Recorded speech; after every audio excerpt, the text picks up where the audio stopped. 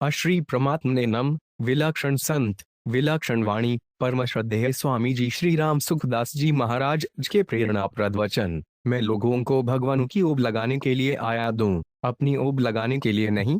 त्वमेव माता च पिता त्वमेव त्वमेव बंधुश्च सखा त्वमेव त्वमेव विद्या द्रविणं त्वमेव त्वमेव सर्वमं देव देव।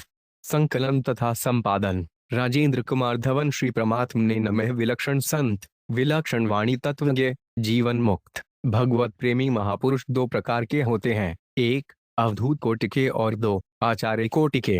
अवधूत कोटि के महापुरुष तो अवधूतों के लिए ही आदर्श होते हैं, संपूर्ण मनुष्यों के लिए नहीं। परंतु आचार्य कोटि के महापुरुष संपूर्ण मनुष्यों के लिए आदर्श होते हैं। परम श्रद्धेय स्वामी जी श्री राम सुखदास जी महाराज आचार्य कोटि के महापुरुष थे, इसलिए उनकी साधारण से साधारण क्रिया भी दूसरों के लिए आदर्श होती थी। उदाहरणार्थ, अनेक लोग अपनी वसीयत लिखा करते हैं जो केवल उन्हीं के लिए व्यक्तिगत उपयोगी होती है, परंतु श्री स्वामी जी महाराज ने जो वसीयत लिखवाई वे मनुष्य मात्र के लिए उपयोगी कल्याणकारक हो गई। जब वसीयत लिखी जा रही थी तब श्री स्वामी जी महाराज ने मुझसे कहा था कि साधारण से साधारण कोई भी कार्य क्यों ना हो, उसको करने में भी यह ख्याल रखना चाहिए कि इससे दूसरों को भी लाभ हो। इसलिए वसीयत जैसी चीज में भी यह ख्याल रखना चाहिए कि इससे भी पढ़ने वाले को लाभ हो जाए। श्री स्वामी जी महाराज के भीतर एक ही लगन थी कि लोगों का जल्दी से जल्दी कैसे कल्याण हो। एक प्रवचन में उन्होंने कहा था, आप ऊंचे बन जाए, महात्मा बन जाएं, संसार में आपकी कीर्ति हो जाए, आपके दर्शन से लोगों का कल्याण हो जाए, ऐसा मैं चाहता हूँ, इसीलिए ये बातें कहता हूँ। 1 फरवरी 1999 प्रातः 9 गांधी धाम। मनुष्य के कल्याण में खास बाधा है अपने शरीर से मोह, अर्थात शरीर को मैं और मेरा मानना। इस बाधा को दूर करने के लिए श्री स्वामी जी महाराज ने आजीवन व्यक्ति पूजा का निषेध किया और लोगों को जड़ता से हटाकर भगवान में लगाने का प्रयत्न किया। यहाँ श्री स्वामी जी महाराज के ऐसे प्रवचनों आदि का संकलन दिया जा रहा है जो साधक मात्र के लिए अत्यंत प्रेरणाप्रद हैं। सन 1980 की बात है। जोधपुर के किसी व्यक्ति ने छिपकर अपने कैमरे से श्री स्वामी जी महाराज का चित्र खींच लिया। उसने उस चित्र की कई प्रतियां बना दी और उनका प्रचार करने लगा। प्रचार इतना बढ़ गया कि श्री स्वामी जी महाराज का वह चित्र बड़े आकार में जोधपुर के गंगाश्याम जी के मंदिर में लगा दिया गया। जब श्री स्वामी जी महाराज वृंदावन में विराज रहे थे तब उन्हें इस बात को सूचना मिली। सूचना मिलने पर श्री स्वामी जी महाराज को बड़ी पीड़ा हुई और उन्होंने तत्काल इससे जुड़े व्यक्तियों को कड़े शब्दों में एक पत्र लिखवाकर भेजा। श्री हरि समान्य डॉट सप्रेम राम राम। परमपूज्य श्री स्वामी जी महाराज ने जोधपुर के मंदिर में अपना चित्र लगाए जाने की बात पर जो विचार प्रकट किए हैं वे उनकी प्रेरणा से आपको लिखे जा रहे हैं। जोधपुर के गंगाश्याम जी के मंदिर में मेरे हार मान सके अपवित्र शरीर का चित्र लगाने की बात से मेरा हृदय जल रहा है। समझ में नहीं आता कि आप लोग मेरा हृदय क्यों जला रहे हैं। मैंने किसी को दुख नहीं दिया, फिर मेरे अंतर को चोट क्यों पहुंचा रहे हैं। मुझे इतना दुख क्यों दे रहे हैं। सेठ जी और भाई जी के जाने का भी मुझे इतना दुख नहीं हुआ जितना दुख मंदिर में मेरा चित्र लगाकर आप लोग मुझे दे रहे हैं। मैंने आपका क्या बिगाड़ा है। एक साधु पर भी आप लोगों को दया नहीं आती। कितने निर्दय कसाई हो। मुझ निर्बल की इस प्रकार निर्मम हत्या मत करो, इस भयंकर पाप से बचो। मनुष्य की हत्या करने की अपेक्षा उसके सिद्धांत की हत्या करना बहुत भयंकर पाप है। अच्छे अच्छे पुरुषों ने अपने प्राण छोड़ दिए पर सिद्धांत नहीं छोड़ा। जिसने छिपकर मेरा चित्र लिया अथवा बनाया है उसने महान घातक पाप किया है। चित्र बनाकर और उसकी बिक्री से रुपए कमाकर नरकों की तैयारी क्यों कर रहे हो। नरकों की टोली क्यों बना रहे हो। आप लोगों की क्या दशा होगी। मुंह से खाओगे, हरनी से निकलेगा करहे मोह बस नर अज्ञाना। स्वार्थ रथ परलोक नसाना और तो मेरे पास कोई बल नहीं है। अधिक हुआ तो जोधपुर नहीं आऊंगा। मनुष्य का शरीर तो हाड़ मांसम है, अपवित्र है। उसे भोजन कराओ तो मल बनकर निकलता है, गंगा जल पिलाओ तो मूत्र बनकर निकलता है। यह मल मूत्र बनाने की फैक्ट्री ही तो है। भगवान के मंदिर में ऐसे हाड़ मांस के अपवित्र पुतले का चित्र रखना महान अपराध है। शीघ्रातिशीघ्र चित्र हटाकर उसे नष्ट करके इस भयंकर पाप से बचो, अन्यथा आप लोग अनिष्ट से बच नहीं सकते। इससे आप लोगों का कैसे कल्याण हो सकता है। मुझे जूते भले ही मार लो, कैद भले ही करवा दो, पर मेरा चित्र मंदिर से तुरंत हटवा दो। मेरे सिद्धांत की हत्या मत करो। शेष भगवत कृपा। दिनांक 15 मार्च 1980 आपका। इसके साथ ही श्री स्वामी जी महाराज ने आयुक्त देवस्थान विभाग जोधपुर के नाम भी एक पत्र भेजा। श्री हरि समाये महोदय, सप्रेम राम राम। निवेदन है कि जोधपुर के गंगाश्याम जी के मंदिर में परम पूज्य स्वामी जी श्री राम सुखदास जी महाराज का चित्र लगाया गया है, जो पूज्य श्री स्वामी जी महाराज की इच्छा के सर्वथा विरुद्ध है। भगवान के मंदिर में हार मान सके अपवित्र पुतले का चित्र लगाना अपराध है एवं पूज्य श्री स्वामी जी महाराज के सिद्धांत से सर्वथा विरुद्ध है। अतः उनकी आपसे करबद्ध प्रार्थना है कि शीघ्र ही मंदिर से उनका चित्र हटवाकर उनके सिद्धांत की रक्षा की जाए, उनके सिद्धांत का हनन करके उन्हें दुख न पहुंचाया जाए। शेष भगवत कृपा। दिनांक 15 मार्च 1980। आपका दूसरे दिन 16 मार्च 1980 को प्रातः श्री स्वामी जी महाराज ने मुझसे कहा कि मेरे को साफ दिखता है कि वे लोग नरकों में जा रहे हैं। 2-3 दिन से जब मैं नित्य कर्म में बैठता हूं तो बड़ी जोर से हलचल होती है। इससे ऐसा लगता है कि भगवान की इच्छा है कि मैं जोधपुर जाऊं, एक बार वहां जाकर मन की निकाल लाऊं। शीघ्र ही श्री स्वामी जी महाराज का जोधपुर जाने का कार्यक्रम बन गया। दिनांक 20-3.1980 को श्री स्वामी जी महाराज जोधपुर पथ धारे। वहां जाकर श्री स्वामी जी महाराज ने सत्संग की घोषणा करवाई। हजारों लोग श्री स्वामी जी महाराज का प्रवचन सुनने पहुंचे। श्री स्वामी जी महाराज ने प्रवचन में अपना चित्र रखने वालों की घोर भर्त्सना की और कहा कि जिसने भी मेरा चित्र रखा है उसे वे यहाँ लाकर दे। लगभग 80 से अधिक चित्र जमा हो गए। उन सब चित्रों को इकट्ठा करके उसमें आग लगा दी गई। श्री स्वामी जी महाराज ने जोधपुर में जो मार्मिक प्रवचन दिए उनमें से 2 प्रवचन यहाँ दिए जाते हैं। एक, सच्चिदानंद पूर्ण ब्रह्म परमात्मा को और संत महात्माओं को सादर अभिवादन कर आप लोगों के सामने अपने दुख की बात कहने के लिए आया हूँ। वह आप माने अथवा न माने, यह मेरे हाथ की बात नहीं, परंतु मैं अपना दुख हल्का कर लूं इसलिए आया हूँ। कम से कम आप ध्यान देकर सुने।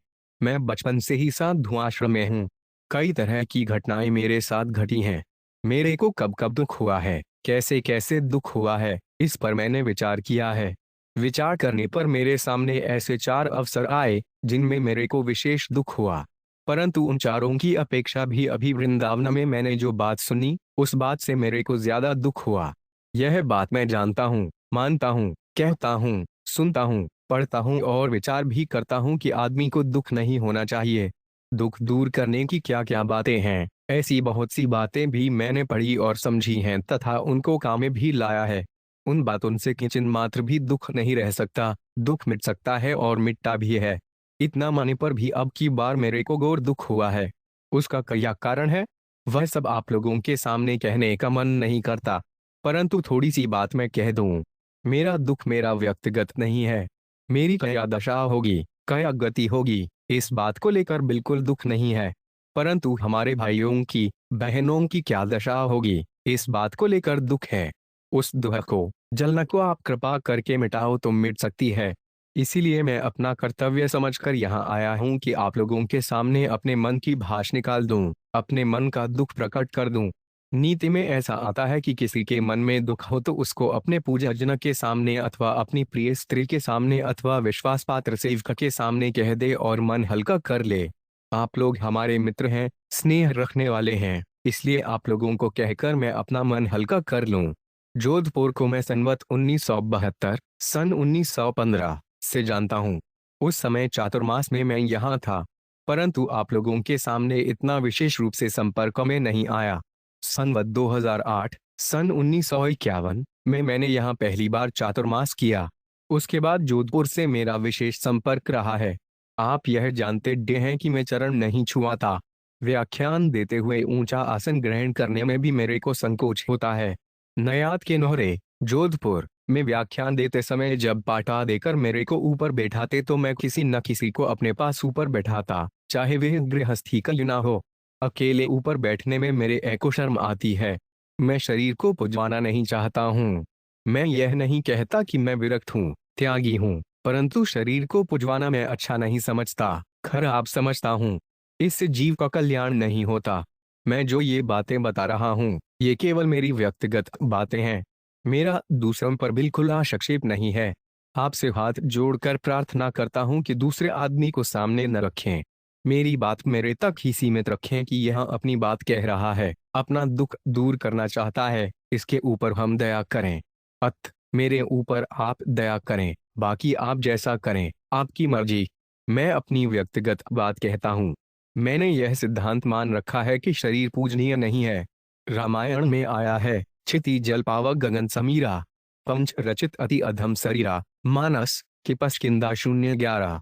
2 इस शरीर को अति अधम बताया गया है। अधम क्यों बताया है? इसको ज्यादा व्याख्या तो मैं नहीं करता, पर थोड़ी करता हूँ। यह शरीर क्या है, इसको आप देखें। इसको बढ़िया से बढ़िया भोजन, भगवान का प्रसाद दे दो, यह उसे बिष्ठा बना देगा। और गंगा जल जैसा बढ़िया जल पिला दो, यह उसे मूत्र बना देगा। तो यह शरीर ठठी पेशाब बनाने की एक मशीन है, एक फैक्ट्री है। जब तक इस शरीर में प्राण है, तब तक इससे मलमूत्र बनते हैं। मर जाने के बाद, चाहे माता पिता का छनेक में बाद शरीर हो, चाहे गुरु का शरीर हो, उसको 7 बाद का पढ़ून सहित स्नान करना पड़ता है। इतना मलिन है यह। ऐसे शरीर की पूजा करनी ठीक है क्या? आदर निरादर, मान अपमान आदि की इच्छा शरीर को लेकर होती है, और जीवित अवस्था में निंदा स्तुति यश प्रशंसा आदि की इच्छा तथा मरने के बाद कीर्ति की इच्छा नाम को लेकर होती है। शरीर और नाम दोनों ही नाशवान हैं।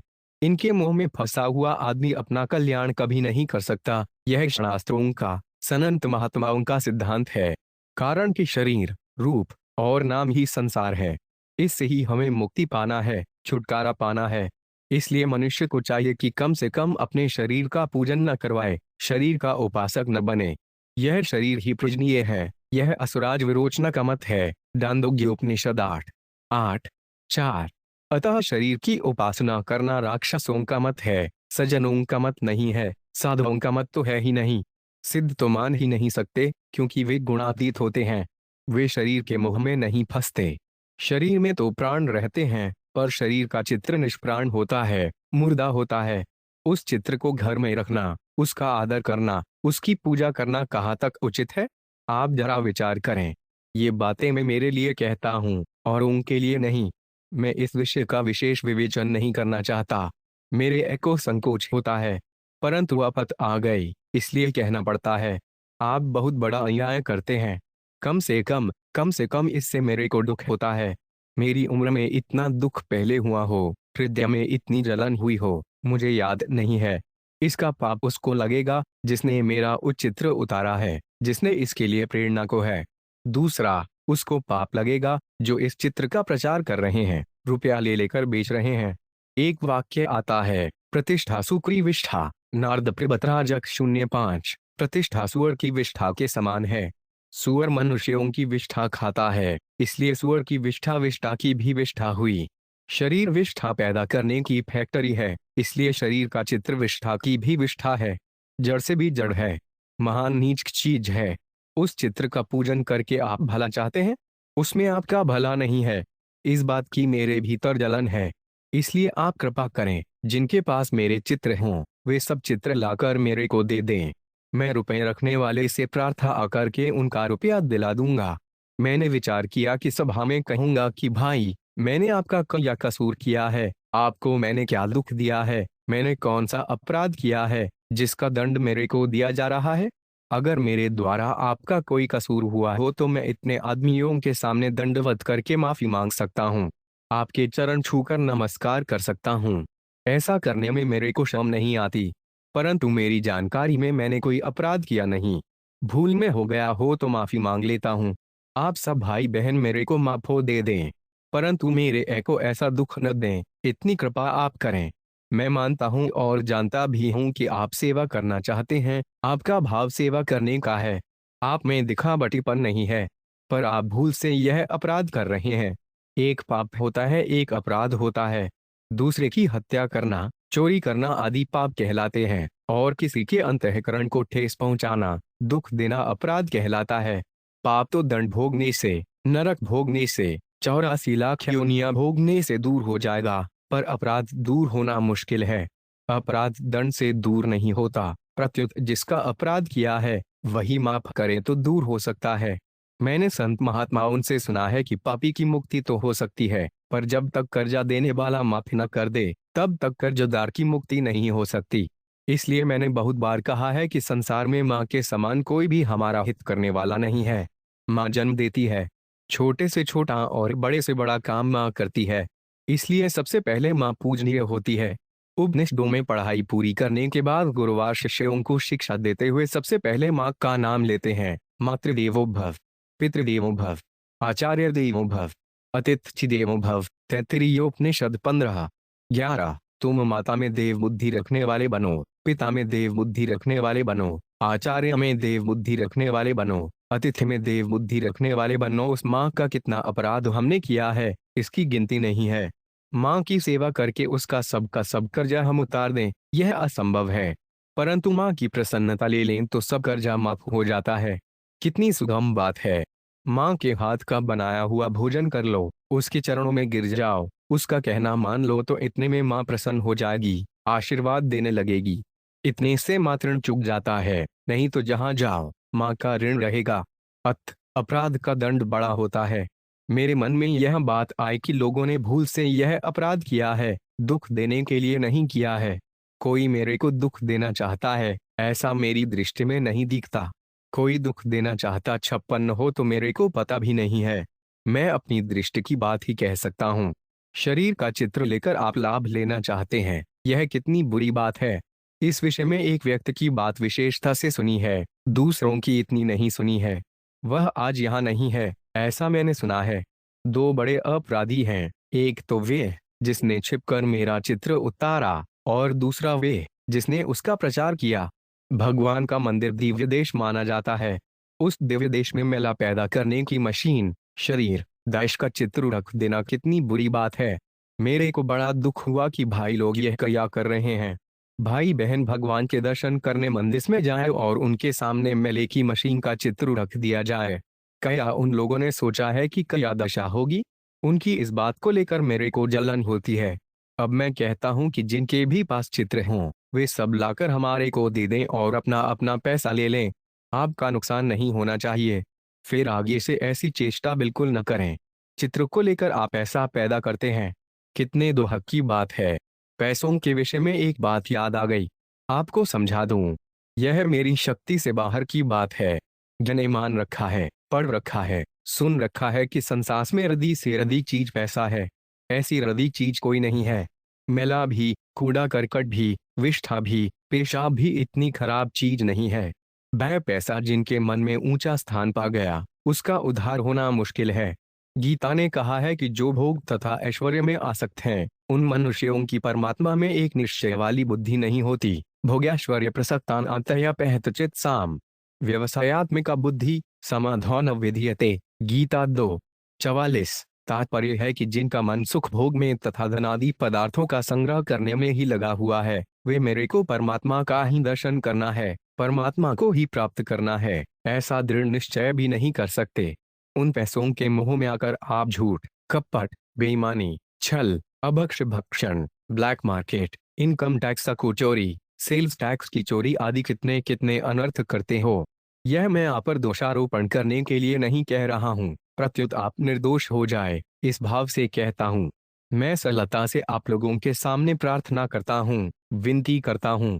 मैं गुरुवार बनकर उपदेश नहीं देता हूँ, प्रत्युत सलाह देता हूँ। आप मानेंगे तो बड़ी कृपा होगी। एक विधि वाक्य होता है, एक निषेध वाक्य होता है। ऐसा करो, जप करो, ध्यान करो, दान करो, तीर्थ करो, व्रत करो, यह विधि वाक्य है। ऐसा मत करो, यह निषेध वाक्य है। विधि वाक्य नहीं मानेंगे तो हम उससे होने वाले लाभ से वंचित रह जाएंगे, परंतु निषेध वाक्य नहीं मानेंगे तो हमें दंड होगा।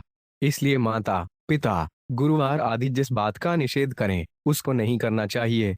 इस विषय में मैंने अध्ययन किया है, एकांत में बैठकर विचार किया है। खोज को है कि निषिद्ध कर्मों का सर्वथा त्याग कर दें तो कल्याण हो जाएगा। साधन करते हुए भी अपनी अवस्था ऊंची नहीं दिखती। इसके मुख्य कारणों में एक मुख्य कारण यह भी है कि निषिद्धाचरणों का त्याग नहीं करते। विहित और निषिद्ध दोनों आचरण करते हैं। ये दोनों आचरण किसके द्वारा नहीं होते? अर्थात सबके द्वारा होते हैं। कसाई से कसाई, डाकू से डाकू भी विहित आचरण न करे ऐसी बात नहीं है। कसाई के हृदय में भी दया होती है। वह अपने बाल बच्चों को हत्या नहीं करता, प्रत्युत उनका पालन करता है। तात्पर्य है कि दुर्गुण दुराचारों का तो सर्वथा त्याग हो सकता है, पर सद्गुण सदाचारों का सर्वथा त्याग हो ही नहीं सकता। सद्गुण सदाचारों से उतना लाभ नहीं होगा जितना दुर्गुण दुराचारों के त्याग से होगा। पापों के, अपराध के, अन्याय के त्याग में बड़ा भारी बल है। तन कर मन कर वचन कर, देत न काहू दुख। तुलसी पातक हरत है, देखत उसको मुख। जो तन से, मन से, वचन से, धन से, विद्या से, बुद्धि से, अधिकार से, योग्यता से दूसरे को दुख नहीं देता, वे इतना पवित्र हो जाता है कि उसका दर्शन करने से पाप दूर हो जाते हैं। यह बात जल्दी समझ में नहीं आती। बहुत से भाई बहनों ने समझ रखा है कि भजन ध्यान करने से बड़ा लाभ होता है, और यह सच्ची बात है, मैं झूठ नहीं कहता हूँ। परंतु पापों से, अन्याय से, दूसरों के मन के विरुद्ध आचरण करने से जो पाप लगता है, उससे छुटकारा नहीं होता। इसलिए ऐसा करने वाले ऊंची स्थिति का प्रत्यक्ष अनुभव न कर सकते हैं, न करेंगे। जिस बात का निषेध किया जाए उसको बिल्कुल मत करो। करने में तो जोर आता है, पर न करने में क्या जोर आता है? नहीं करेंगे। इसमें न पैसों की जरूरत है, न बल की जरूरत है, न विद्या की जरूरत है, न योग्यता की जरूरत है। इस तरफ आप ध्यान दें। शायद आपके मन में यह बात हो कि हम स्वामी जी का दर्शन करें। अगर चित्र ना हो तो किसका दर्शन करें?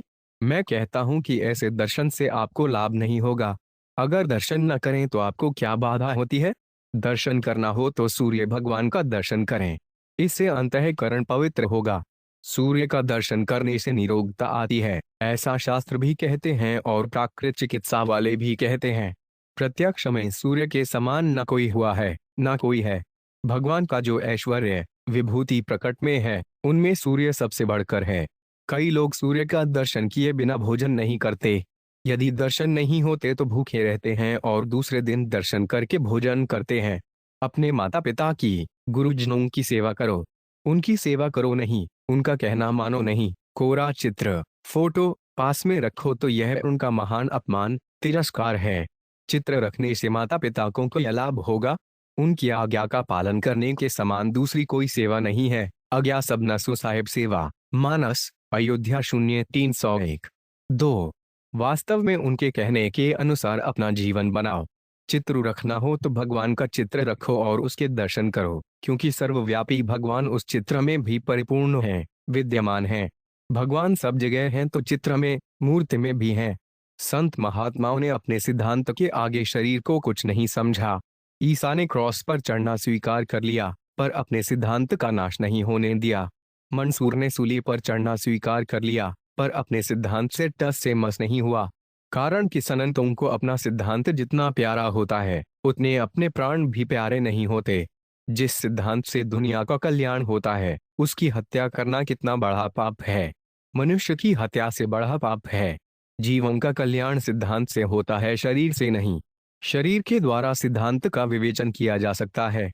विवेचन से विवेक मुख्य होता है। विवेक बुद्धि से भी परे की चीज है। विवेक बुद्धि में आता है, उत्पन्न नहीं होता। उस विवेक को लेकर ही मनुष्य शरीर की महिमा है। विवेक कर्मों का फल नहीं है। अगर विवेक को शुभ कर्मों का फल माने तो वे शुभ कर्म बिना विवेक के कैसे हुए? शुभ कर्मों से पहले विवेक की आवश्यकता है। इसलिए विवेक कर्मजन्य, उद्योगजन्य आठ अथवा बुद्धिजन्य नहीं है। विवेक केवल भगवत कृपा से प्राप्त होता है। उस विवेक के द्वारा सार असार, नित्य अनित्य, सत असत, कर्तव्य अकर्तव्य आदि का ज्ञान होता है। जैसे बिजली बल्ब में आती है, ऐसे ही विवेक बुद्धि में आता है। गीता में प्रकृति और पुरुष को अनादि कहा गया है। प्रकृति पुरुष चाभिधनादि उभावशी। गीता 13:19। जैसे प्रकृति और पुरुष अनादि हैं, ऐसे ही उनके भेद का ज्ञान अर्थात विवेक भी अनादि है। वह विवेक भगवान ने मनुष्य मात्र को दिया है। पशु, पक्षी, लता, वृक्ष आदि में भी विवेक है। बैल वृक्ष, दीवार आदि की तरफ जहाँ जगह मिलती है, उधर चली जाती है। यह उसमें विवेक है। पशु अपने लिए हानिकारक वस्तुओं का नहीं खाता। ऊंट कितना ही भूखा हो, आक नहीं खाएगा, पर बकरी आक खा लेगी। इस प्रकार उनमें शरीर निर्वाह का विवेक तो है, पर उनमें वे विवेक नहीं है जिससे वे अपना और दूसरे का कल्याण कर सकें।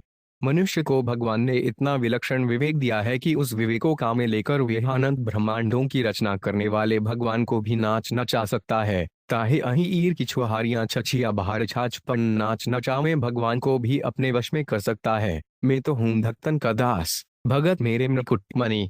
इतनी विलक्षण शक्ति भगवान ने मनुष्य को दी है, परंतु उस विवेक शक्ति का दुरुपयोग करके मनुष्य निषिद्ध कर्मों में लगकर अपना महान पतन कर लेता है। कितनी खराब बात है। रामायण में दो व्यक्ति को बात बताई, बैलू अकारण सब काहू सो, जो कर हित अनहित ताहू सो। मानस उत्तर 039। 3 बिना कारण सबसे बैर करना और जो भलाई करता है उसके साथ भी बुराई करना, यह दुष्ट शिरोमणि के लक्षण है।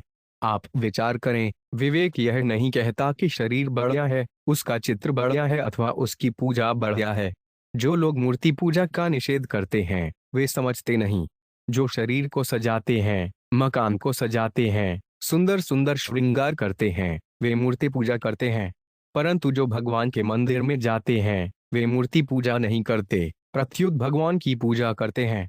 वे ये नहीं कहते कि हे पत्थर देव, तुम बड़े अच्छे हो, तुम अमुक पहाड़ में से निकले हो, तुम्हें अमुक कारीगर ने रचा है आदि। वहां तो भगवान की स्तुति करते हैं। मंदिरों में पूजन करने वाले सब भगवान का पूजन करने वाले हैं, मूर्ति पूजा करने वाले नहीं हैं। भगवान के चित्र का पूजन करना अच्छा है क्योंकि भगवान उसमें मौजूद हैं। भगवान खंभे से प्रकट होगे तो क्या मूर्ति से प्रकट नहीं हो सकते? इसलिए मंदिर में जाकर भगवान की स्तुति प्रार्थना करते हैं, जब कीर्तन करते हैं, परिक्रमा करते हैं, प्रणाम करते हैं, दंडवत करते हैं। वह कितना पवित्र दिव्य देश है। भागवत में मंदिर को सतगुण से भी ऊंचा निर्गुण स्थान कहा गया है। मनिकेतावंतु निर्गुणम श्रीमद्भा 0 115 25 25। वहां जाकर हम भगवान की पूजा करते हैं। उस पूजा को भगवान अपनी पूजा मान लेते हैं। कईयों मान लेते हैं। यदि भगवान पहले दर्शन दे देते तो हम भगवान का ही ध्यान करते, उनके चित्र अथवा मूर्ति का नहीं। वे दर्शन नहीं देते तो हम जिसको भगवान मानकर ध्यान करते हैं उसे भगवान अपना मान लेते हैं। आप भगवान को साकार, निराकार, सगुण, निर्गुण आदि कुछ भी मानो, इसमें छूट दी हुई है। इसमें हमारे लिए बड़ी सहूलियत है। कारण कि भगवान दर्शन दे दें और फिर उनका ध्यान करने में हमारे से कोई चूक हो जाए तो कान पकड़कर गलती मानी पड़े। भगवान दर्शन देते नहीं तो फिर हम जो ध्यान करें उसको भगवान अपना मान लेते हैं। बच्चा माँ को किसी नाम से पुकारे, माँ उसको अपना मान लेती है। सनंतों का पूजन न करके उनकी बात मानी चाहिए। एक सनंत ने अपने शिष्य से कहा कि हमारी कमर दुखती है, इस पर लात दे दो। शिष्य बोला कि राम राम राम राम, आपके ऊपर पैर कैसे रखूं? संत ने कहा कि मेरे ऊपर पैर रखने में तो लजा करता है, पर जबान पर लात मारता है। इसलिए आप लोगों से निवेदन है कि आप ऐसी भूल न करें, मेरे ऊपर कृपा रखें। मेरे पास कोई जोर तो है नहीं, मैं तो आप लोगों का एक भिक्षुक हूँ। मेरे पास तो इतनी बात है कि आप लोगों को बातें सुना सकता हूँ। मेरे को जो ठीक लगता है वही सुनाता हूँ। कोई आदमी अपनी बात सुनाएगा तो बढ़िया बात ही सुनाएगा, घटिया बात सुनाकर अपनी बेइज्जती क्यों कराएगा? इसलिए मैं जो बातें सिद्धांत से बढ़िया मानता हूँ वही सुनाता हूँ। एक जगह मेरे को कहा कि आप वहां पर आ जाओ। मैंने कहा कि अभी मेरा वहां आना नहीं बन सकता। तो वे बोले कि आप नहीं आओगे तो हमारा कल्याण कौन करेगा? मैंने कहा कि यह तो तब कह सकते हो जब मेरे जन्म के बाद कल्याण होना शुरू हुआ हो और मेरे मरने के बाद कल्याण होना बंद हो जाएगा।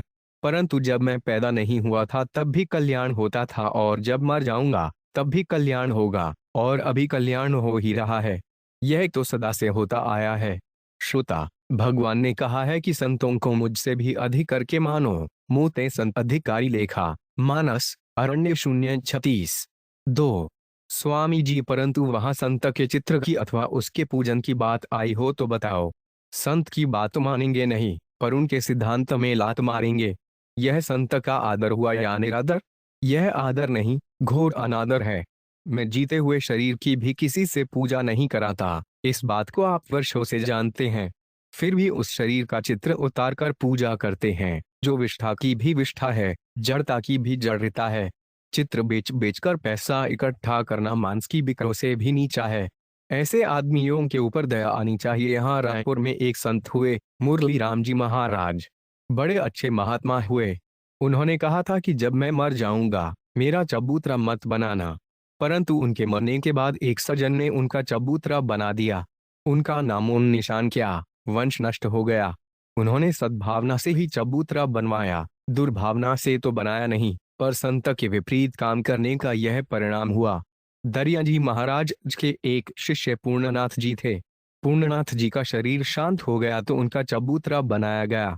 दरिया जी महाराज वहां गए तो चबूतरे को देखकर बोले कि पूर्ण तो पूर्णता को प्राप्त हो गया, फिर यहाँ पत्थर क्यों इकट्ठे किए हैं? ऐसी बात मैंने संत उनसे सुनी है। एक बात और याद आ गई है, मैंने यह बात कह दी है और वसीयत में लिखवा भी दी है कि जब यह शरीर मर जाए तब इसका चित्र उतारना, जीवनी लिखना आदि बिल्कुल मत करना। मीठा भोजन बिल्कुल मत करना, प्रत्युत जैसे मैं अभी भिक्षा से निर्वाह करता हूँ ऐसे भिखना ले आओ। रूखी सूखी रोटी, साग दाल आदि जो मिले वे पाओ और बैठकर राम राम करो। शौक बिल्कुल मत करो। नाम जप करो, कीर्तन करो, गीता का पाठ करो, इसमें मेरी सम्मति है। रामनिवास जी ने सलाह दी कि लोग मानते नहीं, उदाहरण हमारे सामने है, इसलिए वसीयतनामा लिखवा 102, तो मैंने लिखवा दिया। शरीर तो एक दिन चला जाएगा, इतने आदमी चले जाएं और मैं एक रह जाऊं, यह बात तो है नहीं। आप सबसे कहना है कि मेरे सिद्धांत की हत्या मत करना। मैंने जीते जी कह दिया है, मरने के बाद कौन कहे। जीते जी भी श्राद्ध किया जाता है। श्रोता, आप ऐसी बात हमें कहते हैं, आप में दया नहीं है। स्वामी जी दया है, तभी तो कहता हूँ। दया नहीं होती तो दुख क्यों होता? यह दया ही तो दुख देती है, नहीं तो कौन दुख दे मेरे को। मेरे सत्संग की बातें सुनकर दुख मिट जाए, यह मैं अभिमान से नहीं कहता हूँ। मैं जो कहता हूँ वे गीता जी की, भागवत की, सिद्धांत की बातें हैं। आपको समझा देना मेरी शक्ति से बाहर को बात है। मैंने पहले ही कह दिया था कि मेरे को अपने मन की भाष निकालनी है। आप मेरे साथ ऐसा अत्याचार न करें, यह प्रार्थना है। इतने पर भी आप न माने तो जोधपुर नहीं आएंगे, और हम क्या कर सकते हैं? मेरे पास कैद खाना तो है नहीं कि आपको कैद में रख दूं। यह है भी नहीं, करना चाहता भी नहीं। अपनी तो ऐसी बात है, मन मिले तो मेला की जाए, चित्त मिले तो चेला, ज्ञान मिले तो सतगुरु की जाए, नहीं तो भला अकेला। भिक्षु बेचारा क्या करे? उसको जो दे वह भी ठीक, जो न दे वह भी ठीक। इसलिए आप लोगों के सामने बड़े प्रेम से, अपनेपन से कहता हूँ, अगर मैं आपको अपना न मानता और आप मेरे को अपना न मानते तो आपके सामने कैसे कहने की हिम्मत होती? और किस आशा को लेकर कहता? और क्यों कहता? क्यों उम्मीद रखता कि आप मानो? अपनापन है तो ऐसे कहता हूँ, नहीं तो नहीं कहता। बहुत सी बातें हैं, मैं भूल जाता हूँ, सब कहने में आती भी नहीं। भगवान ने कृपा करके यह मनुष्य शरीर दिया है। रामायण में आया है, कब हुकू करी करुणा नर देहि, दे तीन बिनु हेतु सनेही। मानस उत्तर 044-3। इसका अर्थ यह हुआ भगवान का मन कल्याण करने का है। अगर हम थोड़ा सा निमित्त बन जाएं तो उनकी कृपा से बड़ी जल्दी कल्याण हो सकता है। इसलिए आप कृपा करें और अपने कल्याण के लिए श्रद्धा विश्वास पूर्वक साधना में लग जाएं। 2. मनुष्य में एक कमजोरी रहती है। उस कमजोरी की पहचान यह है कि वह जड़ का सहारा लेता है। वास्तव में जड़ का उपयोग करना चाहिए, सहारा नहीं लेना चाहिए। चित्र भी जड़ है, अतः संतों के भी शरीर का, चित्र का सहारा न लेकर उनके सिद्धांत का सहारा लेना चाहिए। संतों ने भी अपने प्राणों की परवाह न करके सिद्धांतों का पालन किया है। भगवान का सहारा लेना चाहिए। रुपए पैसे, वस्तु आदि का समय समय पर उपयोग कर लेना है, पर उनको महत्व देकर उनका सहारा नहीं लेना है।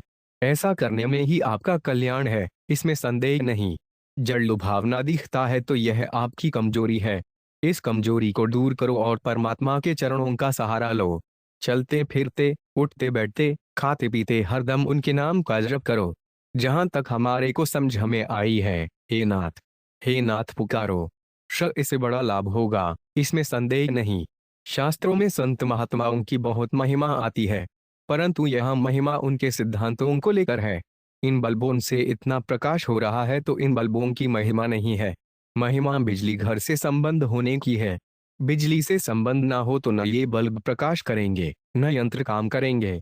ऐसे ही संत महात्माओं की महिमा भगवान के साथ संबंध होने से है। इसलिए वही संत महात्मा है जो दूसरों को भगवान के सम्मुख करता है, जड़ता के सम्मुख नहीं करता, अपने चित्रों में नहीं लगाता, अपनी पूजा में नहीं लगाता। आज जो समाज की दुर्दशा हो रही है उसका कारण यह है कि लोग परमात्मा को, संतों के सिद्धांतों की तो मानते नहीं और मनमानी करते हैं। भोग भोगने और रुपयों आदि का संग्रह करने में ही लगे हुए हैं। आदर सत्कार हो जाए, वाह वाह हो जाए, इसके ही पीछे पड़े हुए हैं। पर लोग बिगड़े या सुधरे, इसकी कोई परवाह नहीं। आज प्राय ऐसी आंधी चल रही है, इसलिए आप लोग सावधान रहें। हमारे महाराज के गुरु ने मुझसे किसी ठाकुरानी को पत्र लिखवाया। उसमें एक दोहा लिखवाया, ना सत दूर निवाजो आसद राखो हंग, कले झोला बहु बाजसी रह जो एक अण संग। तात्पर्य है कि अपने में नास्तिकता मत लाना, आस्तिक बने रहना। कलयुग में तरह तरह के झोंके आएंगे, पर उनसे विचलित मत होना, सावधान रहना। इसलिए आप सब लोगों को सावधान रहना चाहिए। बच्चे ठोकर खाकर गिर जाते हैं पर फिर संभल जाते हैं। गलती हो जाती है पर सावधान रहेंगे तो फिर ठिकाने आ जाएंगे। यदि नास्तिकता में चले जाएंगे तो पतन हो जाएगा। जो है उसको मानना आस्तिकता है और जो नहीं है उसको मानना नास्तिकता है। अविनाशी को महत्व देकर उसके आश्रित होना आस्तिकता है। उत्पन्न और नष्ट होने वाले असत को महत्व देना नास्तिकता है। मेरे मन में तरंग आ गई तो कह दिया कि मैं जोधपुर नहीं आऊंगा, पर मेरी ऐसी भावना नहीं है। आप लोग बहुत अच्छे हैं जो सत्संग में रुचि रखते हैं। मेरे स्वास्थ्य को लेकर वैद्य डॉक्टर कहते हैं कि चलो फिरो मत, बोलो मत, यह तुम्हारे लिए ठीक नहीं है। वैद्यों ने तो यहाँ तक कहा कि यदि बोलो तो लेटे लेटे बोलो, परंतु मेरे को बोलने में कोई फर्क नहीं पड़ता। बोलने से मेरे को कोई तकलीफ नहीं होती, न परिश्रम होता है न थकावट होती है। सुने वाले आदर से सुने तो मेरे को बोलने में कोई तकलीफ नहीं होती, उल्टे उत्साह आता है। कोई तत्परता से काम में लाने वाला हो तो रात और दिन बातें बता सकता हूँ। आप कहते हैं कि एक दो का कसूर हो तो सबका कसूर क्यों माना जाए। इस विषय में मेरा कहना है कि आप सब लोग मिलकर दो चार आदमियों का भी सुधार नहीं कर सकते क्या। उनको, दोषी व्यक्तियों को प्रेम से, आदर से समझाओ। उनका अहित नहीं करना है। वे जो काम कर रहे हैं उससे उनका बड़ा नुकसान है, उस नुकसान से उनको बचाओ। व्यक्ति का नाम मैंने चित्र के ऊपर छपा हुआ देखा है। उसने रुपया ले लेकर चित्र बेचा है, ऐसा मैंने सुना है। वह लोभ के वशीभूत होकर ऐसा कर रहा है, इसमें मुझे संदेह नहीं है। काम, क्रोध और लोभ ये तीनों नरक के दरवाजे हैं। इन तीनों में किसी के भी वश में होगे तो नरक तैयार है। स्त्री का पण गावाल किस्तीवका की जलित की वकृतले प्यार जो स्वन लो अवका अब छों का आउराव करता क्या है। झंतव कत तो खाऊ बशत पच दला क्या है। डकंतव को भगाव्यान स्वाप्नाक तली करतले पसलन स्लरेश्वर अध्युण्या के स्वयाज कच्छ क्विज अपशराध्य से स्याह जयास का पजो आल पराशयुष्वशल सकारा ककर की शास्य शोषिप्यावक सोअर यूरो स्वान लस्प अयखो बल्या 2007 साउट देश रन्नच खनो आयोता चबे कच तले हैं कि प्लूजा जज सस्ती चल्य किक शहीव को जालती क्या जो पग पूजनली सोकल को लक है। सवासी जी जो पूजनस्तीस खोला छह छल स्वम को जलवाल सियान तकती चाहले से आओ तलता झानापा कोई तस्वीर से झसनन तव को भंड व ब्याल तव करो ऊपे सज्जन गायाता छह यह सलतले कछले हच्छे है। सच वासवी जी जब अगर स्पेरेव को भरणात्वा नवकारो चप्य स्वानतले हैं जो स्पेरी ग्याल का क्या कोनली चवाक चिसले दो अभग तब्यान बव के पेय स्वंत नवका का मस्तकल हो काचवाल किश से विके नक्तकी दोस्वन लोनल के से विजचलान लव को सियाको वस्य सजक्षी ऊन तव भी प्यूजश जनाकले ज्ञात वकलीस पर आनेंगो जो और छारी रकी प्लूजना करेंगो क्षोक फोड़ राजीन क्षियोई लच्छ होगा। हसेलते ने ग्याल सिहानो प्रथम चबवक्ष तिवपोप जूजाव की स्वत करो एवक बलवज्जी स्परार में पिक ज्वाल क्या है ख्यान चवेकर स्थुने प्यूजक नियोल याच किसमें सागर कोर ब्रिल्स तपगात लास्टी सात लिखा है तुलजक ब्रिल्स लापड़ाता आगा सलवाना कीक्षते झूम स्वस्किल दध्यात तकगल ननक ठीक छे झसस्व में भगणात्वांत की क्षीचल वृषवलती प्रतिबिंबित दोतिक क्षय स्वल के अगात्यान कैच तले के चरणछदी भेल तिम्पत से तचे आगम पंतुल जितस पे विपा तातक्कल देवाल विगच्द सप्तवन जैसे के जो उषास्वस्य गीला 270 वूश 9 जो भी एजलवल वर्मा सुक्तत शोक्यास खुक्ता जी और वलियत न सुख प्रापणी लश्या पबदार सश छक्के जज हस्तन जज तव को जलुस मेरे किले लज जग अवरर जा स्वामलर्थ दो के अतिशास पे छतपक्षा छुलकता स्वम सक्षो 8 सखोस्पाथोनोस गौचरस्ते सखोरे का पावकत्तों की जो शाह व्यक्लंत उचित्राल आयो छोटे वो अशी स्व आसीजी सह आराजव कफे सात स्त्रिजास पास्तन तेलो आयस खोक मोई उचित्र जोकरो यहाँ दो जलल नास्तिया जाय राहुस पस्कुरे व्यय अस्पि सोए अशुधशिका उचित डुमडे क्रोरयो /7 आवास आओ जी अय बल बजहि जनतव को जलाले का कव कप हास्यज करो जब कीर्तन करो फ कोई ककी मस्पयर जाइरता जो कीर्तीन करना चचाच यसे परम अवकशिंचे और जड्री ईसपड्रे अर्श डरे जाया जाया डुरश्या व्ररिन सत्रकार लश डरे। अत्रि प्रमात्मने नमः सेवा में विनम्र निवेदन। वसीयत। श्री भगवान की असीम अहेतु की कृपा से ही जीव को मानव शरीर मिलता है। इसका एकमात्र उद्देश्य केवल भगवत प्राप्ति ही है। परंतु मनुष्य इस शरीर को प्राप्त करने के बाद अपने मूल उद्देश्य को भूलकर शरीर के साथ दृढ़ता से तादात्म्य कर लेता है और इसके सुख को ही परम सुख मानने लगता है। शरीर को सत्ता और महत्ता देकर उसके साथ अपना संबंध मान लेने के कारण उसका शरीर से इतना मोह हो जाता है कि इसका नाम तक उसको प्रिय लगने लगता है। शरीर के सुखों में मान बढ़ाई का सुख सबसे सूक्ष्म होता है। इसकी प्राप्ति के लिए वह झूठ, कपट, बेईमानी आदि दुर्गुण दुराचार भी करने लग जाता है। शरीर के नामे प्रियता होने से उसमें दूसरों से अपनी प्रशंसा, स्तुति की चाहना रहती है। वह यह चाहता है कि जीवन पर्यंत मेरे को मान बढ़ाई मिले और मरने के बाद मेरे नाम की कीर्ति हो। वह यह भूल जाता है कि केवल लौकिक व्यवहार के लिए शरीर का रखा हुआ नाम शरीर के नष्ट होने के बाद कोई अस्तित्व नहीं रखता। इस दृष्टि से शरीर की पूजा, मान, आदर एवं नाम को बनाए रखने का भाव किसी महत्व का नहीं है। परंतु शरीर का नाम, आदर एवं नाम की स्तुति प्रशंसा का भाव इतना व्यापक है कि मनुष्य अपने तथा अपने प्रियजनों के साथ तो ऐसा व्यवहार करते ही हैं, प्रत्युत जो भगवद आज्ञा, महापुरुष वचन तथा शास्त्र मर्यादा के अनुसार सचोए हृदय से अपने लक्ष्य भगवत प्राप्ति में लगे रहकर इन दोषों से दूर रहना चाहते हैं, उन साधकों के साथ भी ऐसा ही व्यवहार करने लग जाते हैं।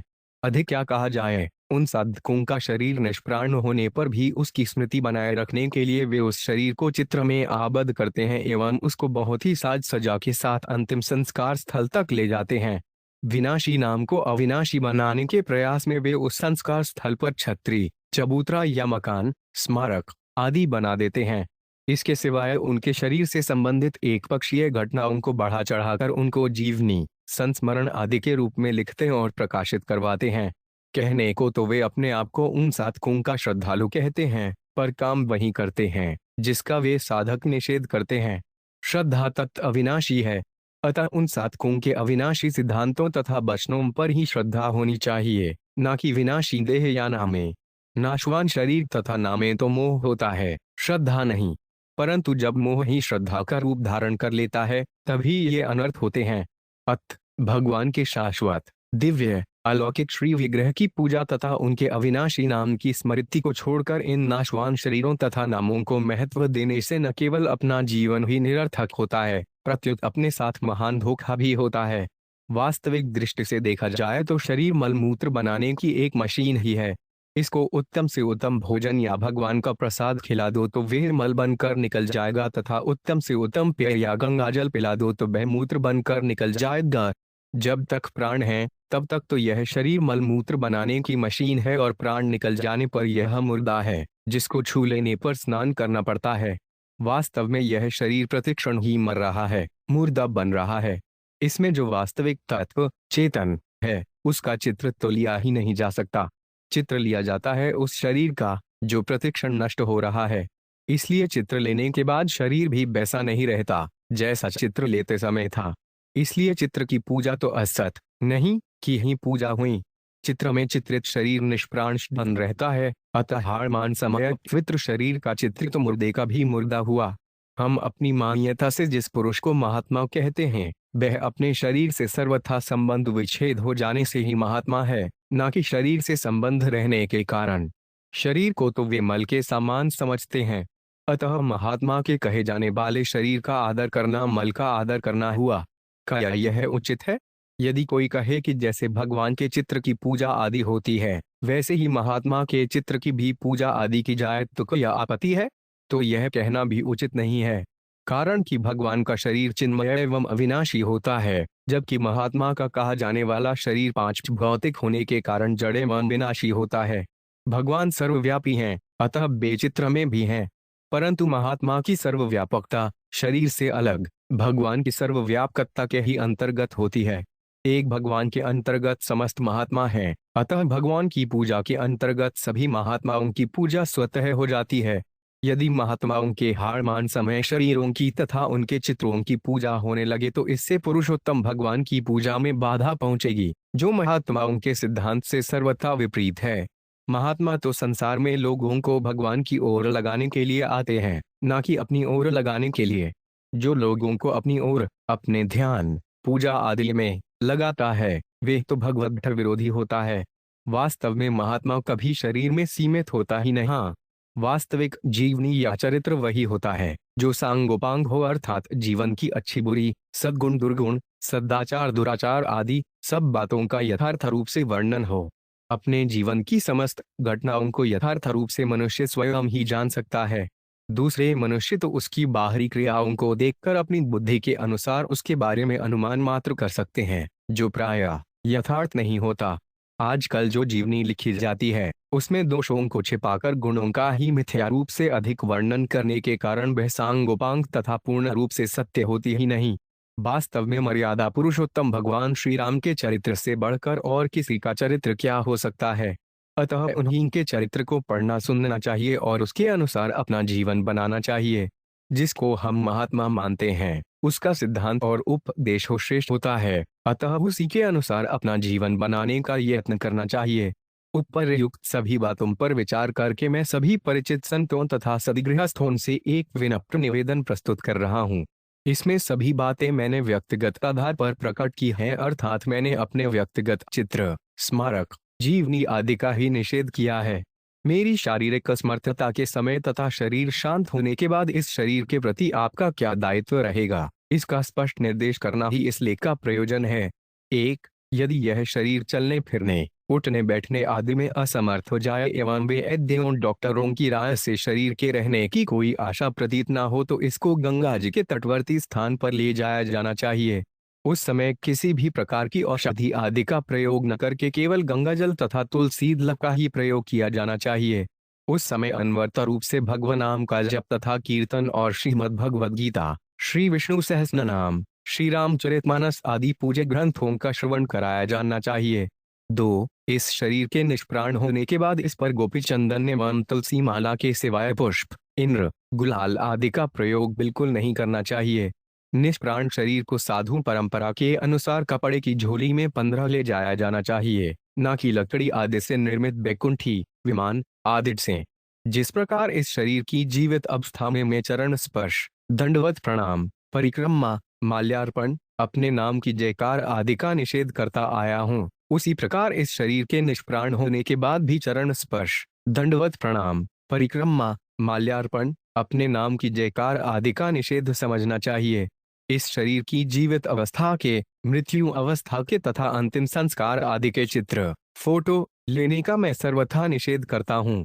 3. मेरी हार्दिक इच्छा यही है कि अन्य नगर या गांव में इस शरीर के शांत होने पर इसको वाहन में रखकर गंगा जी के तट पर ले जाना चाहिए और वहीं इसका अंतिम संस्कार कर देना चाहिए। यदि किसी अपरिहार्य कारण से ऐसा होना कदापि संभव ना हो सके तो जिस नगर या गांव में शरीर शांत हो जाए वहीं गायों के गांव से जंगल की ओर जाने आने के मार्ग, गोबा में अथवा नगर या गांव से बाहर जहां गायें विश्राम आदि किया करती हैं, वहां इस शरीर का सूर्य की साक्षी में अंतिम संस्कार कर देना चाहिए। इस शरीर के शांत होने पर किसी की प्रतीक्षा नहीं करनी चाहिए। अंतिम संस्कार पर्यंत केवल भजन कीर्तन, भगवान नाम जप आदि ही होने चाहिए और अत्यंत सादगी के साथ अंतिम संस्कार करना चाहिए। 4. अंतिम संस्कार के समय इस शरीर की दैनिक उपयोगी सामग्री, कपड़े, खड़ाऊं, जूते आदि को भी इस शरीर के साथ ही जला देना चाहिए तथा अवशिष्ट सामग्री, पुस्तकें, कमंडलू आदि को पूजा में अथवा स्मृति के रूप में बिल्कुल नहीं रखना चाहिए, प्रत्युत उनका भी सामान्यतया उपयोग करते रहना चाहिए। 5. जिस स्थान पर इस शरीर का अंतिम संस्कार किया जाए वहां मेरी स्मृति के रूप में कुछ भी नहीं बनाना चाहिए, यहाँ तक कि उस स्थान पर केवल पत्थर आदि को रखने का भी मैं निषेध करता हूँ। अंतिम संस्कार से पूर्व वे स्थल जैसे उपेक्षित रहा है, इस शरीर के अंतिम संस्कार के बाद भी वे स्थल वैसे ही उपेक्षित रहना चाहिए। अंतिम संस्कार के बाद अस्थि आदि संपूर्ण अवशिष्ट सामग्री को गंगा जी में प्रवाहित कर देना चाहिए। मेरी स्मृति के रूप में कहीं भी गौशाला, पाठशाला, चिकित्सालय आदि सेवार्थ संस्थाएं नहीं बनानी चाहिए। अपने जीवन काल में भी मैंने अपने लिए कभी कहीं किसी मकान आदि का निर्माण नहीं कराया है और इसके लिए किसी को प्रेरणा भी नहीं की है। यदि कोई व्यक्ति कहीं भी किसी मकान आदि को मेरे द्वारा अथवा मेरी प्रेरणा से निर्मित बताए तो उसको सर्वथा मिथ्या समझना चाहिए। 6. इस शरीर के शांत होने के बाद 17वीं मेला या महोत्सव आदि बिल्कुल नहीं करना चाहिए और उन दिनों में किसी प्रकार की कोई मिठाई आदि भी नहीं करनी चाहिए। साधु संत जिस प्रकार अब तक मेरे सामने भिक्षा आदि लाते रहे हैं, उसी प्रकार लाते रहना चाहिए। अगर संतों के लिए सद्गृहस्थ अपने आप भिक्षा लाते हैं तो उसी भिक्षा को स्वीकार करना चाहिए, जिसमें कोई मीठी चीज ना हो। अगर कोई साधु या सद्गृहस्थ बाहर से आ जाएं तो उनकी भोजन व्यवस्था में मिठाई बिल्कुल नहीं बनानी चाहिए, प्रत्युत उनके लिए भी साधारण भोजन ही बनाना चाहिए। 79, इस शरीर के शांत होने पर शौक अथवा शौक सभा आदि नहीं करने चाहिए, प्रत्युत 17 दिन तक सत्संग, भजन कीर्तन, भगवनाम जप, गीता पाठ, श्री रामचरितमानस पाठ, सनंत वाणी पाठ, भागवत पाठ आदि आध्यात्मिक कृत्य ही होते रहने चाहिए। सनातन हिंदू संस्कृति में इन दिनों के ये ही मुख्य कृत्य माने गए हैं। 8, इस शरीर के शांत होने के बाद 17वीं आदि किसी भी अवसर पर यदि कोई सज्जन रुपया पैसा कपड़ा आदि कोई वस्तु भेंट करना चाहे तो नहीं लेना चाहिए, अर्थात किसी से भी किसी प्रकार की कोई भेंट बिल्कुल नहीं लेनी चाहिए। यदि कोई कहे कि हम तो मंदिर में भेंट चढ़ाते हैं तो इसको फालतू बात मानकर इसका विरोध करना चाहिए। बाहर से कोई व्यक्ति किसी भी प्रकार की कोई भेंट किसी भी माध्यम से भेजे तो उसको सर्वथा अस्वीकार कर देना चाहिए। किसी से भी भेंट न लेने के साथ साथ यह सावधानी भी रखनी चाहिए कि किसी को कोई भेंट, चंदवर, किराया आदि नहीं दिया जाए। जब 17वीं का भी निषेध है तो फिर बरसी, वार्षिक तिथि आदि का भी निषेध समझना चाहिए। 9, इस शरीर के शांत होने के बाद इस शरीर से संबंधित घटनाओं को जीवनी, स्मारिका, संस्मरण आदि किसी भी रूप में प्रकाशित नहीं किया जाना चाहिए। अंत में मैं अपने परिचित सभी संतों एवं सद्गृहस्थों से विनम्र निवेदन करता हूं कि जिन बातों का मैंने निषेध किया है उनको किसी भी स्थिति में नहीं किया जाना चाहिए। इस शरीर के शांत होने पर इन निर्देशों के विपरीत आचरण करके तथा किसी प्रकार का विवाद, विरोध, मतभेद, झगड़ा, वितंडावाद आदि अवांछनीय स्थिति उत्पन्न करके अपने को अपराध एवं पाप का भागी नहीं बनाना चाहिए, प्रत्युत अत्यंत धैर्य, प्रेम, सरलता एवं पारस्परिक विश्वास, निश्चल व्यवहार के साथ पूर्वोक्त निर्देशों का पालन करते हुए भगवत नाम कीर्तन पूर्वक अंतिम संस्कार कर देना चाहिए। जब और जहां भी ऐसा संयोग हो, इस शरीर के संबंध में दिए गए निर्देशों का पालन वहां उपस्थित प्रत्येक संबंधित व्यक्ति को करना चाहिए। मेरे जीवन काल में मेरे द्वारा शरीर से, वाणी से, मन से, जान में, अनजान में किसी को भी किसी प्रकार का कष्ट पहुंचा हो तो मैं उन सभी से विनम्र हृदय से करबद्ध क्षमा मांगता हूं। आशा है सभी उदारता पूर्वक मेरे की क्षमा प्रदान करेंगे। राम राम राम। डंडा। इससे पहले मैं 3 बार विनम्र निवेदन, वसीयत लिखवा चुका हूँ। 1, माघ शुक्ल पंचमी, विटसन 0-2036 दिनांक 22 जनवरी 1980 तथा 2 वैशाख शुक्ल तृतीया विटसन 0-2037 दिनांक 17 अप्रैल 1980 और 3 माघ शुक्ल पंचमी विटसन 0-2046 दिनांक 31 जनवरी 1990 17, परंतु उनमें मेरे को पूरा संतोष नहीं है, इसलिए आवश्यक संशोधन के साथ पुनः यह चौथा विनम्र निवेदन लिखवाया गया है। अतः पूर्व लिखित तीनों विनम्र निवेदन अब रद्द समझने चाहिए। प्रस्तुत विनम्र निवेदन, वसीयत को मैंने राजेंद्र कुमार धवन से लिखवाया है, जिसको मैंने स्वस्थ चित्त से पढ़ सुनकर समझ लिया है। दिनांक मार्गशीर्ष शुक्ल एकादशी, गीता जयंती, विटसन 0-2084 तदनुसार 10 दिसंबर 1997। राम राम राम। हस्ताक्ष परम श्रद्धेय स्वामी जी श्री राम सुखदास जी महाराज। श्रद्धेय स्वामी जी श्री राम सुखदास जी महाराज की आज्ञा से लिखा। हस्ताक्ष राजेंद्र कुमार धवन, देहरादून। हस्ताक्ष साक्षी सिंहस्थल पीठाधीश्वर श्री 008 श्री कृष्ण जी महाराज। श्री मधायग सींधल साक्षी श्रीनवल यज्ञजी महाराज, आनंद आश्रम, रानी बाजार, बीकानेर। साक्षी ढुसवागी श्री अनिवास जी महाराज। रामद्वाय लाडनू साक्षी 4 श्री शिव कृष्ण जी राठी, नया शहर, बीकानेर। साक्षी 4 श्री त्रिजर्तन जी डाया, भीनासर, बीकानेर। इस वसीयत की मूल प्रति आनंद आश्रम, रानी बाजार, बीकानेर में सुरक्षित है। अशत्री परमात्मने नमः। मेरे विचार वर्तमान समय की आवश्यकताओं को देखते हुए मैं अपने कुछ विचार प्रकट कर रहा हूँ। मैं चाहता हूँ कि अगर कोई व्यक्ति मेरे नाम से इन विचारों, सिद्धांतों के विरुद्ध आचरण करता दिखे तो उसको ऐसा करने से यथाशक्ति रोकने की चेष्टा की जाए। मेरे दीक्षा गुरु का शरीर शांत होने के बाद जब विटसन 0-1987 में मैंने उनकी बरसी कर ली तब ऐसा पक्का विचार कर लिया कि अब एक तत्व प्राप्तियों की सिवाय कुछ नहीं करना है, किसी से कुछ मांगना नहीं है, रुपयों को अपने पास न रखना है, न छूना है। अपनी ओर से कहीं जाना नहीं है, जिसको गरज होगी वह ले जाएगा। इसके बाद मैं गीता प्रेस के संस्थापक सेठ जी श्री जदयाल जी गोयंदका के संपर्क में आया। वे मेरी दृष्टि में भगवत प्राप्त महापुरुष थे। मेरे जीवन पर उनका विशेष प्रभाव पड़ा। मैंने किसी भी व्यक्ति, संस्था, आश्रम आदि से व्यक्तिगत संबंध नहीं जोड़ा है। यदि किसी हेतु से जोड़ा भी हो तो वह तात्कालिक था, सदा के लिए नहीं। मैं सदा तत्व का अनुयायी रहा हूँ, व्यक्ति का नहीं। मेरा सदा से यह विचार रहा है कि लोग मुझ में अथवा किसी व्यक्ति विशेष में न लगकर भगवान में ही लगें। व्यक्ति पूजा का मैं कड़ा निषेध करता हूँ। मेरा कोई स्थान, मठ अथवा आश्रम नहीं है। मेरी कोई गद्दी नहीं है और न ही मैंने किसी को अपना शिष्य, प्रचारक अथवा उत्तराधिकारी बनाया है। मेरे बाद मेरी पुस्तकें ही साधकों का मार्गदर्शन करेंगी। गीता प्रेस की पुस्तकों का प्रचार, गौरक्षा तथा सत्संग का मैं सदैव समर्थक रहा हूँ। मैं अपना चित्र खींचने, चरण स्पर्श करने, जय जयकार करने, माला पहनाने आदि का कड़ा निषेध करता हूँ। मैं प्रसाद या भेंट रूप से किसी को माला, दुपट्टा, वस्त्र, कंबल आदि प्रदान नहीं करता। मैं खुद भिक्षा से ही शरीर निर्वाह करता हूँ। सत्संग कार्यक्रम के लिए रुपए, चंदा इकट्ठा करने का मैं विरोध करता हूँ। मैं किसी को भी आशीर्वाद, शाप या वरदान नहीं देता और न ही अपने को इसके योग्य समझता हूँ। मैं अपने दर्शन की अपेक्षा गंगा जी, सूर्य अथवा भगवत विग्रह के दर्शन को ही अधिक महत्व देता हूँ। रुपए और स्त्री इन दो के स्पर्श को मैंने सर्वथा त्याग दिया है। जिस पत्र पत्रिका अथवा स्मारिका में विज्ञापन छपते हों, उनमें मैं अपना लेख प्रकाशित करने का निषेध करता हूँ। इसी तरह दुकान, व्यापार आदि के प्रचार के लिए प्रकाशित की जाने वाली सामग्री, कैलेंडर आदि में भी मेरा नाम छापने का मैं निषेध करता हूँ। गीता प्रेस की पुस्तकों के प्रचार के संदर्भ में यह नियम लागू नहीं है। मैंने सत्संग, प्रवचन में ऐसी मर्यादा रखी है कि पुरुष और स्त्रियां अलग अलग बैठें। मेरे आगे थोड़ी दूर तक केवल पुरुष बैठें। पुरुषों की व्यवस्था पुरुष और स्त्रियों की व्यवस्था स्त्रियां ही करें। किसी बात का समर्थन करने अथवा भगवान की जय बोलने के समय केवल पुरुष ही अपने हाथ फक्केंचे करें, स्त्रियां नहीं।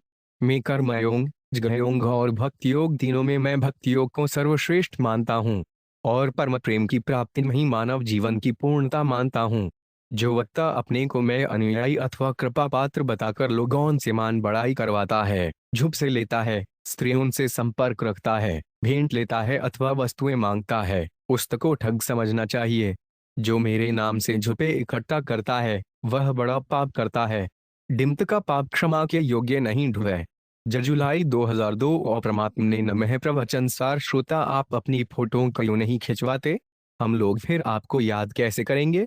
स्वामी जी हमें नहीं, भगवान को याद करो।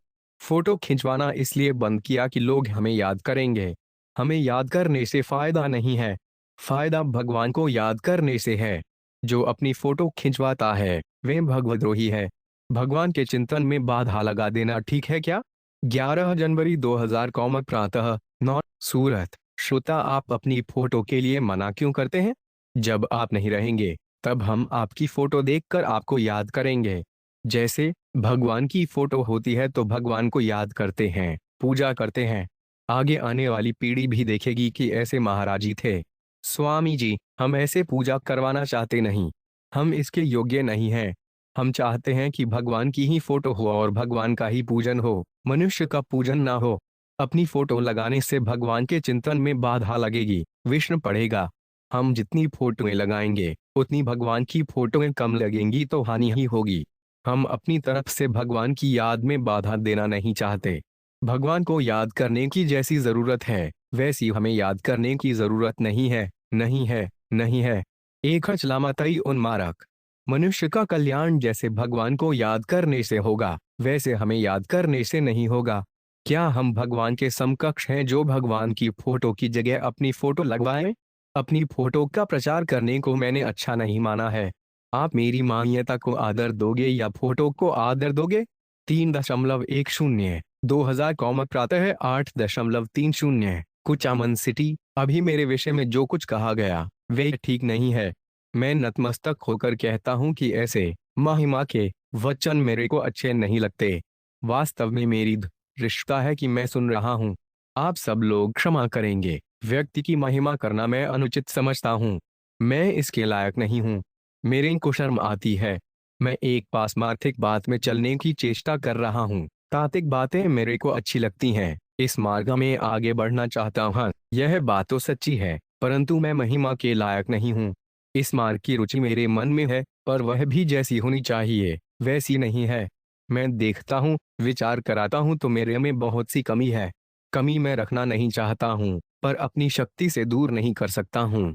भगवत कृपा से कमी दूर होती है, यह मेरा विश्वास है। मैं सबसे प्रार्थना कर रहा हूँ कि ऐसी मेरी प्रशंसा की बात मेरे को न सुनाएं। 16 नवंबर 2000 प्रातः 9 पटना।